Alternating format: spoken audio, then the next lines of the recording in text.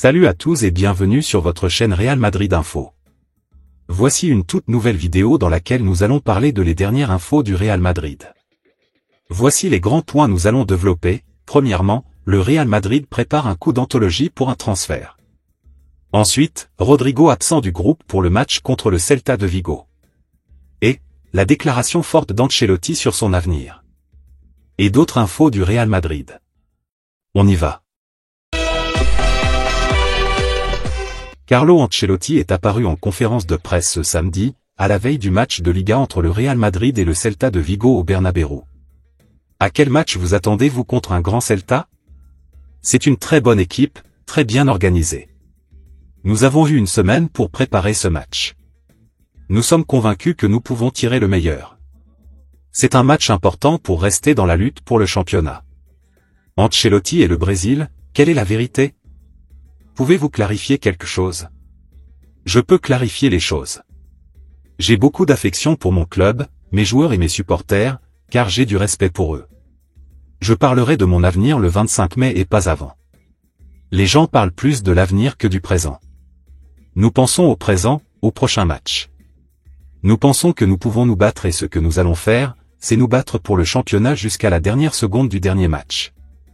Nous sommes concentrés sur cet objectif et nous ne pensons à rien d'autre. Nous avons eu beaucoup de blessures, beaucoup de difficultés, mais nous sommes convaincus que nous pouvons aligner une bonne équipe et gagner le match de demain. Cela vous donne-t-il le vertige de penser que tout cela pourrait être terminé? Mon sentiment est de penser au match de demain et d'essayer de le gagner. Ensuite, il faut bien se préparer pour le prochain match, le Classico, qui sera très important et qui nous donnera l'occasion de nous battre encore plus pour cette compétition. La saison se termine-t-elle avec le championnat? Non, mais je n'ai pas à répondre maintenant à ce qui peut se passer après le 25 mai. Quelle est l'ambiance au sein du club après la défaite en finale de Copa? J'ai parlé au président après le match. Il y avait un goût amer parce que nous étions très proches de gagner et que l'équipe s'est très bien comporte. La défaite a un mauvais goût, mais il n'y a rien à reprocher à l'équipe. Valeo a-t-il plus de possibilités de jouer maintenant? Oui, il a plus d'options. Il est plus sérieux que d'habitude. Comment va-t-il? Je vais bien. Je comprends que vous vouliez parler de mon avenir, mais moi je ne veux pas. C'est simple. Je sais parfaitement ce que je dois faire, ce que je vais faire et ce que je fais, c'est-à-dire ne pas parler de mon avenir aujourd'hui. Je sais que je vous déçois aujourd'hui, mais ça m'est égal. Cette saison a-t-elle été la plus compliquée sur le plan humain? Sur le plan personnel, non, sur le plan professionnel, c'est évidemment plus compliqué que d'habitude. Nous sortons d'une saison presque parfaite et nous avons eu beaucoup de difficultés.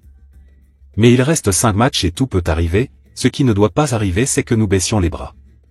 Nous devons gagner ces 5 matchs et tout donner. Si nous gagnons, nous pouvons changer la saison et faire une très bonne saison. Qu'est-ce qui a changé avec Güler? Il a très bien progressé. Il est devenu plus important. À l'avenir, il sera encore plus important. Il fait preuve de qualité et il gagne en continuité dans le jeu. Je pense qu'il va devenir un joueur d'intérieur fantastique, et pas seulement un ailier. Pour l'avenir du Real Madrid, il sera un joueur très important, car il n'y a pas beaucoup de joueurs de ce profil au milieu de terrain. On sent que ses adieux sont proches. Comment aimeriez-vous qu'ils se déroulent? Comment les imaginez-vous? Ce qui va se passer, je ne sais pas. Quoi qu'il en soit, ce sera un adieu fantastique, car j'ai beaucoup d'affection pour le club. Que ce soit cette année, en 2026, en 2030 le jour de mon départ sera une très belle journée. Je ne me disputerai jamais avec le club et je ne permettrai pas que l'on se chamaille avec le club le dernier jour. Moins de buts encaissés, qu'est-ce qui s'est amélioré en défense? Nous nous sommes beaucoup améliorés sur le plan défensif, mais nous avons perdu un peu d'efficacité en attaque à cause de cela. Au sein du club, des noms comme Xabi Alonso, Solari, Klopp sont évoqués. Pensez-vous qu'on vous manque de respect? Non, non, absolument pas. J'ai une très bonne relation avec le club, nous parlons toujours de tout, j'ai une relation fantastique. Les informations sont ce qu'elles sont et beaucoup d'entre elles sont fausses. L'autre information. Un retour de Théo Hernandez cet été, la folle idée de la presse espagnole. Le Real Madrid prépare son mercato estival, la presse espagnole évoque une idée surprenante, le retour de Théo Hernandez à la Casablanca. Alors que le Real Madrid prépare activement son mercato estival, une rumeur inattendue agite la presse espagnole, et si Théo Hernandez faisait son grand retour à la Casablanca? L'idée peut sembler audacieuse, mais elle gagne du terrain dans les médias ibériques. Théo Hernandez avait rejoint le Real Madrid en 2017, à seulement 19 ans, sous la première de Zinedine Zidane. Prometteur mais encore trop tendre, il n'est pas parvenu à s'imposer dans un effectif ultra compétitif. Après une saison, il quitte Madrid discrètement, prêté puis transféré, sans rancune mais avec un goût d'inachevé. Aujourd'hui, selon le quotidien AS, le nom de Théo Hernandez serait bien présent sur la short-list du Real pour renforcer le poste de latéral gauche cet été. Dans sa quête d'un renfort fiable et abordable, le club madrilène voit en lui une option idéale, expérimenté, performant à l'AC Milan, et surtout capable de s'intégrer rapidement grâce à sa connaissance de la Maison Blanche. L'aspect contractuel joue en faveur du Real Madrid, bien que Théo ait une valeur marchande élevée de 40 millions d'euros, elle pourrait chuter avec seulement un an de contrat restant. Le Real sait exploiter ce genre d'opportunité, d'autant plus que Théo n'a pas prolongé avec Milan et semble prêt à explorer le marché. Plus mature qu'en 2019, il a brillé avec les Rossoneri, malgré les difficultés actuelles du club. 9e en Serie A, Milan pourrait être réceptif à des offres pour un joueur acheté 20 millions d'euros, désormais amorti. Un latéral en pleine forme et à prix réduit. L'opportunité parfaite? L'autre information. Le Real Madrid secoué par Manchester United pour une star libre. Désireux de recruter un défenseur central pour l'été prochain, le Real Madrid fait face à une très grosse concurrence pour cette star libre de tout contrat en fin de saison. La course au défenseur central fait rage dans de nombreux clubs européens. Comme si une pénurie existait à ce poste-là. De nombreuses grosses écuries du vieux continent ont montré des carences évidentes dans leur secteur défensif et, hormis pour certains qui avaient une bonne organisation globale, cela a porté de nombreux préjudices. Le Real Madrid et Manchester United, par exemple. Pour améliorer l'arrière-garde, plusieurs joueurs présents sur le marché européen font rêver ces cadors. Parmi eux, Jonathan Tah. Le colosse allemand de 1,95 m sera libre de tout contrat à l'issue de la saison. Ce dernier n'ayant pas prévu de rempiler avec le Bayer Leverkusen, c'est qu'il est à un tournant majeur de sa carrière et qu'il va pouvoir s'engager dans un club d'un plus gros standing.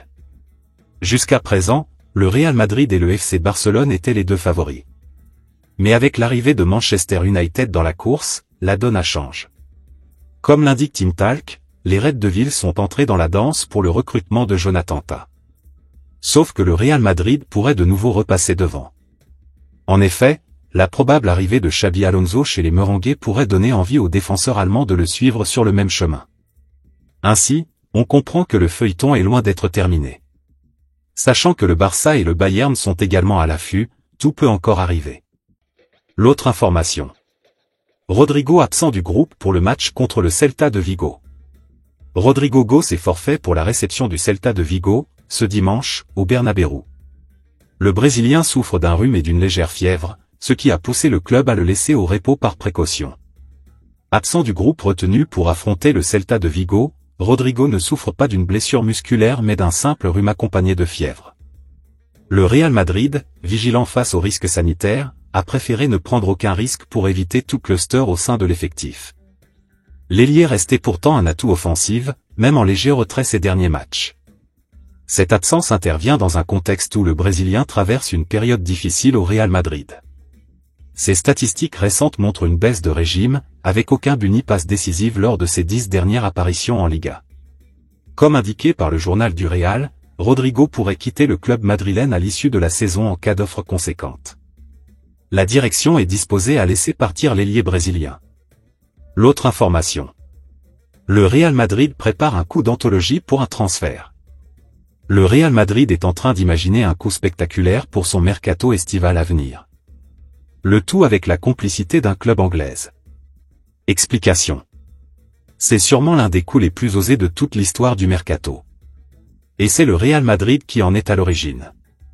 Séduit par le profil de l'Espagnol Álvaro Carreras, révélation du Benfica Lisbonne au poste d'arrière-gauche 22 ans, les Madrilènes souhaitent le recruter cet été. Pour envisager un transfert, le Benfica a fixé son prix à 60 millions d'euros. Mais le Real Madrid a un plan machiavélique en tête.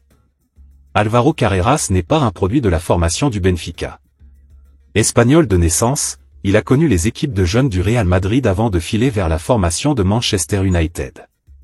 C'est en janvier 2024 qu'il a été prêté au Benfica, avant d'être transféré définitivement l'été dernier, pour 6 millions d'euros. Mais au moment du deal, Manchester a intégré une clause prioritaire de rachat.